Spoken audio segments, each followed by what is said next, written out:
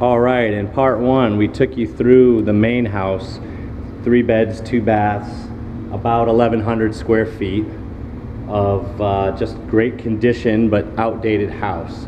And when I left you, I showed you the Jack and Jill door, so to speak, into the addition. So let's come take a look at the addition. This is the Austin Powers room. It's pretty shagadelic with the carpet and the wood paneling.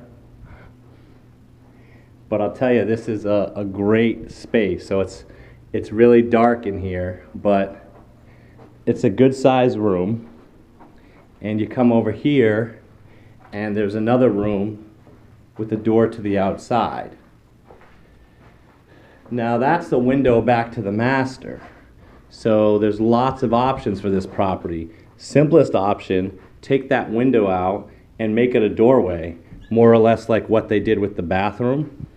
And now this whole thing becomes a master, because this room here does not have a closet in it presently.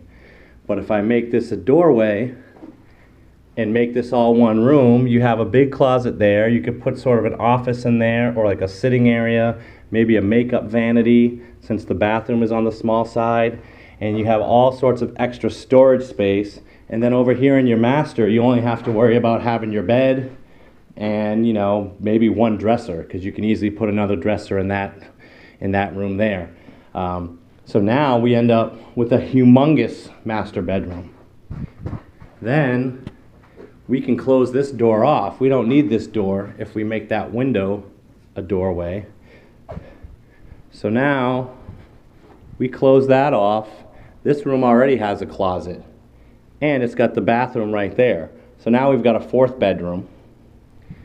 This paneling is going to go, so more than likely when we take the paneling down and close this doorway off, we'd use some Roxol insulation, which will be sound deadening. We can also double up on the drywall if we want. So, you know, a lot of people don't want a master right next to another bedroom, but you know, you can do some things to make it a little more private. And then we come through there and we come into what's essentially another living space. This could be a kid's playroom. This could be basically a bar room area. It's any number of things. There's plumbing here. So all we need to do is add a drain. We could legitimately put a 2nd kitchen in here. So now, the original kitchen, if you remember, had the little small, you can kind of see it through this window, it had the small 24-inch oven that's, you know, not very useful. But if you put a 2nd kitchen out here, cook a Thanksgiving turkey, it's not the worst thing in the world. So now what you have over here is so much potential. We could easily make this a separate unit if we wanted to. So maybe leave this like it is and close this up. Make this the master, or make this just a bedroom. So leave that as a small 3-bedroom, 2-bath house over there with a small master. But then you would have a 1-bedroom. This would be the bedroom. This room, we'd get rid of this closet, make a 2nd bathroom, or a 3rd bathroom really, in here. Make a huge walk-in closet here. And then you've got a living space and a kitchen. So we could easily have a 1-1 attached in-law unit. So in the rental market, I could rent that 3-2 for, you know, $1,200. I could rent this 1-1 for $700, maybe even $800. And now I'm making a lot more money than if I just rented the house as 1 unit. Down the road, I could sell it to somebody who wants to have a tenant to offset their mortgage, or I could sell it to somebody with an extended family that wants to, you know, have their parents come move in with them. So lots and lots of options and opportunities. And now let's wrap up with the best part of this house. The yard is fantastic. Lots of mature trees. It needs some cleanup. There's some dead trees that need to come down. We'll take care of that. But But this house has an extra lot attached to it. It expands behind this neighbor's house and behind this neighbor's house.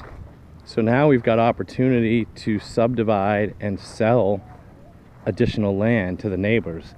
Now there's not a huge value to it, not on this side, though there is a 2-story shed that would give them a whole bunch of extra storage space if they wanted, or they can make it a kids playroom thing because it is partially finished. But we've got this conservation view.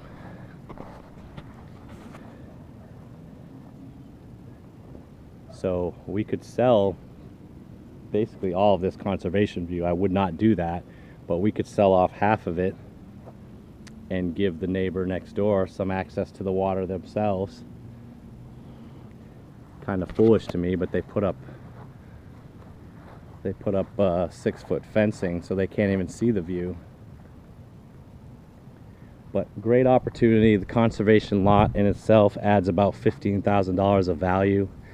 So because unique situation with this house, which I'll talk about in part 3, we've got a great deal on it and the numbers should work great.